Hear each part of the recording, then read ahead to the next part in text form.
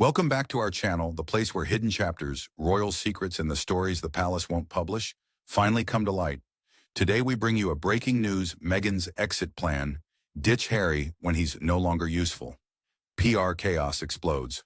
Recent events concerning the Duke and Duchess of Sussex have rekindled public and media scrutiny on the couple's media tactics, their rapport with the British royal family, and their prospective endeavors. The developments encompass the exit of a pivotal communications staff member, intensified examination of the couple's stance on familial privacy, and public visibility accusations of orchestrated online support, and accounts of a covert effort purportedly designed to restore connections with the monarchy. Collectively, these occurrences have intensified inquiries that have lingered since the pair withdrew from their roles as senior working royals in 2020. How do they plan to manage the conflicting obligations of celebrity and institution? What does their staff volatility indicate regarding their operations? What is the feasibility of efforts to mend the profound, well-documented familial discord?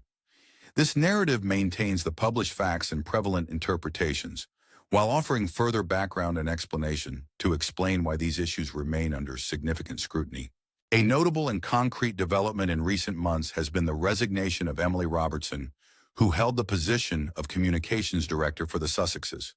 Her departure is significant due to its position in the ongoing series of personnel alterations that have defined the Sussexes' operations since their move to California, as well as the distinctive personality of Ms. Robertson. Media accounts indicate that Ms. Robertson's association with the couple endured approximately 3 months, rendering her stay notably brief by traditional standards for a communications director. The sources indicate that she is, according to certain counts, the 12th publicist to exit the Sussexes' employment since their relocation, and that over 30 staff members have vacated positions inside their firm. This figure reportedly excludes domestic employees. The data frequently reported in the media have integrated into the narrative portraying the Sussexes' post-royal endeavor as an organization characterized by an extremely high staff turnover. Ms. Robertson's prior work experience contributed to the controversy surrounding her employment and attracted significant scrutiny. Prior to joining the Sussexes team, she served as a publicist for the Netflix drama The Crown, a highly acclaimed series that presents a dramatized and often critical depiction of the modern royal family. This context led observers to conjecture about the strategic rationale for her recruitment. An operative adept at navigating narratives involving the monarchy may be deemed particularly qualified to oversee the intricate, frequently contentious coverage that has historically surrounded Harry and Meghan. However, soon after the media reported her departure, a source referenced by the Daily Mail indicated that the separation was challenging and not amicable. A source close to Ms. Robertson allegedly stated, "Conditions must have been quite dire as she possesses a formidable demeanor and exceptional work ethic." The same reports indicated that mentions of her employment with the Duke and Duchess were expunged from her public LinkedIn profile, a minor yet symbolically significant act that numerous observers interpreted as a sign of an abrupt or conclusive severance. The Sussexes' formal statement to People magazine characterized Ms. Robertson's position as temporary. She was engaged specifically to manage special projects, which allegedly encompassed the initial launch activities for the Duchess's lifestyle brand, American Riviera Orchard. Within this context, her brief tenure is characterized as aligned with a short-term project-oriented involvement rather than indicative of persistent instability. Nonetheless, public distrust has endured. Analysts and detractors observe a consistent trend where the resignations of senior aides are initially characterized as transitory or confined to specific initiatives, only for later reports to indicate a more extensive turnover in staff. This phenomenon has prompted inquiries on the management culture inside the Sussexes sphere and the pressures associated with a prominent brand launch in the context of a celebrity-driven venture that aims to integrate commerce, media production, and activism. The American Riviera Orchard project exemplifies the interconnection between commercial ventures and public relations for prominent individuals. The brand has disseminated promotional packages allegedly containing tiny jars of jam and additional items to a chosen group of influencers, although has not commenced general commercial sales of its products. The deliberate, arguably prudent implementation has attracted scrutiny. Analysts and observers have questioned whether the deliberate pace indicates meticulous brand building or suggest challenges in product development, logistics, or marketing strategy. Industry analysts frequently emphasize that the inaugural stage of a lifestyle brand is pivotal initial perceptions among tastemakers, and media can significantly affect whether a product gains the necessary traction to transition from influencer-driven hype to widespread commercial success. The perceived delay between targeted tastemaker engagement and broader accessibility has been interpreted by some as a source of friction among staff involved in launch activities, while others view it as a deliberate strategy to cultivate exclusivity and anticipation. Both readings highlight the increasingly rarefied nature of the junction between the Sussexes' private aspirations and their public undertakings. The workforce turnover and criticism of launch execution raise a fundamental concern regarding the role the pair aspires to occupy in public life. The Duchess of Sussex's strategy on media and visibility has been a continual subject of scrutiny. A recent instance that rekindled the discourse was a little video the couple published depicting a family excursion to a pumpkin patch. The video showcased their offspring, Prince Archie and Princess Lilibet, alongside the Duchess's mother, Doria Raglan. However, it never fully disclosed the children's faces, predominantly presenting them from behind or at angles intended to conceal their appearances. This method, occasionally referred to as privacy through obscurity, has been a persistent aspect of the couple's public disclosures. They provide insights into family life while intentionally omitting identifiable visual details, striving to reconcile the desire to share genuine family experiences with the objective of safeguarding the children's privacy. The strategy has proponents and adversaries. Proponents assert that the strategy is a valid effort to update a long-standing royal tradition of protecting young family members from media scrutiny, adjusting it to a media landscape inundated with cameras and social media platforms. From this viewpoint, intentional concealment of a child's visage is a pragmatic decision akin to drawing curtains to maintain privacy in the digital era. Critics, however, claim that the strategy presents a paradox by continuously integrating the children into the public account. While simultaneously covering their faces, the Sussexes keep the youngsters important to their narrative and hence raise public curiosity rather than dismiss it. Some analysts propose that the deliberate concealment may constitute a strategy to orchestrate a future reveal, a moment when, under meticulously negotiated circumstances and potentially as part of an exclusive media agreement, the children's faces would be disclosed for the first time, attracting significant attention and possibly generating revenue. This juxtaposition between a desire for solitude and the use of family photographs as a kind of content reflects a greater tension that runs through the current celebrity-royal hybrid identity the Sussexes have built. The royal family has historically fostered an aura of mystique through a distinct approach, rare meticulously orchestrated public appearances dictated by constitutional obligations and established protocols. Queen Elizabeth II's frequently cited adage, "Never complain, never explain," embodies a traditional paradigm wherein public individuals maintain dignity and detachment by revealing minimal aspects of their private lives and refraining from public counter-arguments or extensive media engagements. The resultant reserve, together with the ceremonial aspects of governmental positions, contributed to maintaining an institutional prestige. The Sussexes' approach is sometimes characterized as akin to that of contemporary superstars who must maintain ongoing interaction across several platforms to preserve relevance, market products, and advocate for personal causes. Analysts have occasionally referenced the concept of absence and presence to elucidate how prominent personalities regulate their visibility. The recent example of Michael Jackson, however, an imperfect comparison, has been utilized as an instructive reference in discussions. Jackson exemplified the art of retreating from the public sphere to foster intrigue, subsequently re-emerging at pivotal periods to capture attention. Implementing this strategy necessitates exact timing and a clear understanding of when to retreat and when to emerge.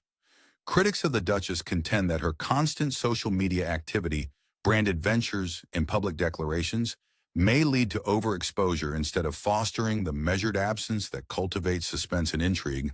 They believe that each meticulously crafted home movie family photograph or branding statement threatens to diminish the importance of the couple's public appearances and obscure the distinction between private life and commercial endeavors. A continuing source of contention is to claims that web initiatives have been devised to bolster the Sussexes' narrative and to mitigate criticism. The accusations have manifested in diverse ways, from grassroots social media advocacy by authentic fans to indications of more clandestine organized efforts. An extensively referenced case originates from 2018, when a report in the Telegraph utilized analysis from a data firm to characterize what it termed the Megbot Army. This inquiry uncovered a network of over 1,000 intricately linked Twitter accounts that generated an immense quantity of content exceeding 2.5 million tweets within a 6-month time frame, and projected that this activity could have yielded as many as 1 billion impressions. The analysis indicated that just a small fraction of the accounts exhibited the characteristic traits of fully automated bots. However, numerous accounts demonstrated atypical behaviors indicative of some level of automation or coordinated activity. The study notably revealed instances where targeted coordinated responses and tweets formed aggressive campaigns aimed at royal correspondents and critics who had authored unfavorable pieces regarding the Duchess. An automated bot refers to a computer software that produces social media content or does repetitive online tasks based on established parameters. Not all detrimental online influence is solely automated. It may also encompass networks of human-operated accounts that synchronize their efforts to magnify specific messages or to participate in pile-on attacks. Analysts occasionally employ the term coordinated inauthentic behavior to characterize instances where numerous accounts methodically advance a consistent narrative while striving to obscure their genuine identity or operational pattern. The differentiation between automated bot campaigns and coordinated human networks is significant, as each denotes a varying degree of complexity and intent. Observers referencing the 2018 report contended that, despite a minimal number of accounts being fully automated, the extensive scale and consistency of the network's behavior indicated a calculated attempt to influence public discourse and suppress dissenting opinions. The emergence of these networks and the overarching mechanics of online reputation management underscore the current fact that public people increasingly utilize social media platforms to influence narratives. The Duchess has recognized the transforming influence of social media platforms. During her address at the Fortune Summit in Washington, D.C., she noted the transformative impact of social media on narrative construction and contestation, demonstrating an understanding of the underlying platform dynamics. Considering the couple's awareness and continued emphasis on narrative construction via interview streaming agreements and curated public engagements, commentators propose that it would be plausible, though unverified, that digital strategies, whether natural or contrived, persist as components of their arsenal. The most significant and frequently debated report pertains to an alleged strategy to mend the couple's relationships with the royal family, commonly termed Project Thaw. Reports indicate that the Sussexes have been involved in a covert effort to facilitate their return to the United Kingdom and to achieve reconciliation with senior royals. Reported sources assert that the Duchess is eager to re-establish connections with the royal family, and that the pair perceives both symbolic and commercial merit in reinstating formal or informal associations with the institution. The purported strategic aim of Project Thaw, as reported in media accounts, is to facilitate a trajectory towards complete reconciliation. Reports concerning Project Thaw have included an allegation that the Duchess directed staff to arrange a meeting with Catherine, Princess of Wales, with the explicit aim of softening public opinion and easing a more seamless reintegration into the royal family. This reported request has encountered criticism, and in certain circles, noticeable irritation. Critics have labeled it as presumptuous, considering the profound and prolonged discord between the couples and the intense emotions it has elicited from all parties involved. Cynics regarding the reported action have highlighted the terminology employed by certain media outlets, which consistently referred to the princess as Kate Middleton, instead of her official title, interpreting this nomenclature as a nuanced, derogatory implication aimed at, or at least indicative of, a particular viewpoint on the princess's status. The concept of reconciliation is rendered complex in practice due to a multitude of interconnected disputes and inquiries over the status of titles and roles within the monarchy. The fate of royal titles, including those possessed by other family members, has been a prominent issue in public discourse. In the United Kingdom, there has been ongoing public pressure for Prince Andrew to be divested of the Duke of York title due to concerns linked to his involvement with Jeffrey Epstein. Various members of the royal family reportedly hold differing perspectives regarding the optimal approach to this delicate issue, while King Charles has been depicted in certain reports as advocating for a less confrontational resolution, potentially involving Andrew's private agreement to forfeit his titles. Others, including the Prince of Wales, are purported to support a more conclusive resolution necessitating formal parliamentary action. Observers associate these title debates with the Sussexes' circumstances as the potential for future sovereigns to exert authority over royal styles and titles may directly impact Harry and Meghan. Certain observers have proposed that, should Prince William gain the throne, sometimes referred to as King William, one of his initial actions as monarch would be to tackle the matter of the Sussexes' titles. Royal commentators frequently predict that the titles of Duke and Duchess of Sussex may be revoked along with the potential removal of the Prince and Princess titles from their children. If such an action were to transpire, it would yield significant symbolic and practical ramifications for the couple's brand and public persona. Consequently, it is conceivable, as noted by the same observers, that initiatives like Project Thaw are driven at least partially by an intention to maintain formal regal styles that bestow social prestige and consequently economic worth. Critics contend that the harm inflicted by public revelations, such as the Sussexes' highly publicized Oprah Winfrey interview, their Netflix documentary, and Prince Harry's memoir, Spare, has significantly undermined trust, rendering reconciliation improbable through mere gestures. Prince Harry's memoir serves as a vital element in evaluating reconciliation. The book features frank and frequently critical evaluations of senior royals, including a direct depiction of Queen Camilla as a villain and accusations that she attempted to disseminate stories to enhance her public persona, assertions that, according to certain commentators analyzing responses within royal circles, caused considerable distress. The cycle of media disclosures and counter-arguments has created an environment where straightforward reconciliation is challenging. Injuries are both personal and public, influenced by press coverage and social media discourse, rendering private discussions laden with the potential for misinterpretation and additional exposure. The practical constraints of reconciliation were evident during a recent widely publicized event, Prince Harry's quick travel to London to see his father after the announcement of the king's cancer diagnosis. The meeting reportedly lasted under an hour.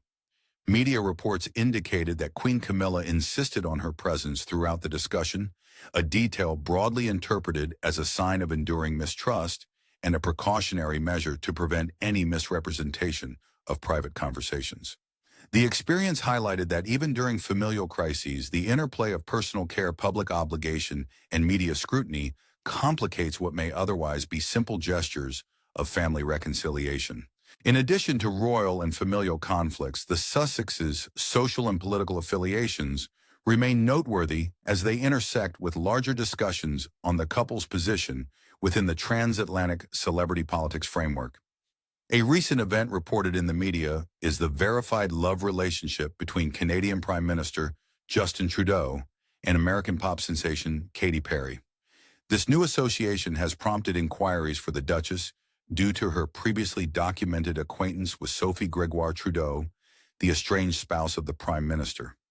Sophie was a guest on Meghan's Archetypes podcast, where she spoke on their bond and their shared experiences with their children.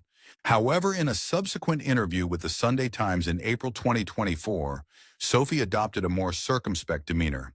When inquired about the nature of their relationship, she was characterized as cagey in stating just "I know her," and observing that they had not spent considerable time together lately. Observers regarded Sophie's shift in the discourse to convey compassion for the Princess of Wales after her cancer diagnosis as a calculated diversion toward a topic deemed more neutral or less controversial. The Duchess has reportedly developed a friendship with Katy Perry. Ms. Perry sustains robust affiliations with the British monarchy as an ambassador for the King's Trust and performed at King Charles's coronation concert. The Duchess was observed traveling on a private jet to Las Vegas to attend one of Perry's performances, a gesture extensively reported in the media as an effort to enhance their social rapport. The formation of a Trudeau-Perry romance thus establishes a complex social triangle wherein the Duchess's previous affiliations, her personal allegiances, and the evolving dynamics of celebrity and political power converge. Commentators have conjectured whether Meghan will maintain her friendship with Sophie, who seems, according to some reports, to be withdrawing, or will pursue a closer association with the new prominent couple whose collective cultural and political influence may provide alternative strategic advantages. Media narratives regarding these social transformations have drawn parallels to previous friendships and estrangements within the Sussexes' sphere. The widely documented deterioration of the relationship between Meghan and Canadian stylist Jessica Mulroney is frequently referenced as indicative of how intimate friendships may become intertwined with reputational peril. Ms. Mulroney's public dispute regarding race-related comments and the ensuing disassociation by the Duchess are documented events that have been referenced in analyses emphasizing the transactional dynamics of relationships within celebrity circles. When individuals within a network become liabilities, affiliations can be swiftly and publicly modified. Critics of the Sussexes cite these instances as evidence of a pervasive trend in which relationships are evaluated instrumentally, appraised, maintained, or terminated based on their utility to the Duchess's social standing or the couple's public endeavors. Certain commentators have proposed more incisive and speculative notions that this pattern may also encompass Harry contending that when individuals are assessed solely based on utility, no relationship is immune to reevaluation.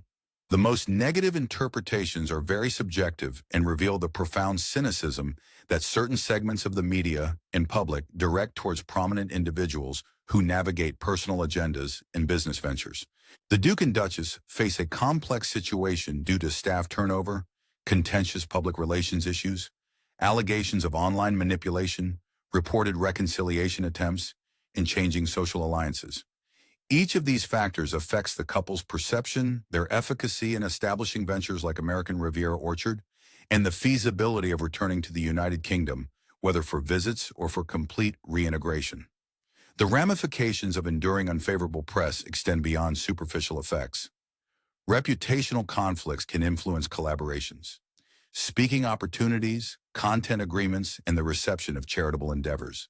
A successful recalibration of their public profile could stabilize their operations and secure the cultural and commercial platforms they desire. Analysts are split over the probable direction. Certain analysts highlight the resilience of the royal brand and contend that any ongoing affiliation with the monarchy, regardless of its diminished nature, affords the Sussexes a unique competitive advantage.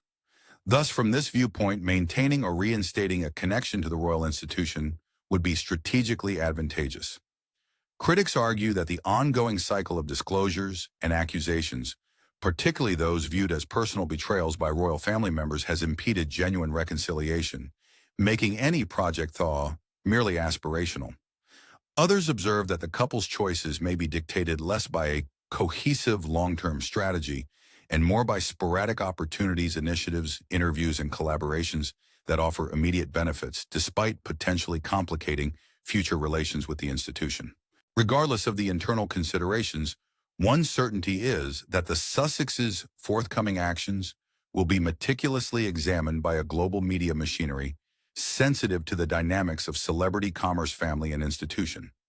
The couple's efforts to establish their brand and safeguard their family's privacy are unfolding in an environment where every personnel alteration, product introduction, public engagement, and social media update is open to interpretation.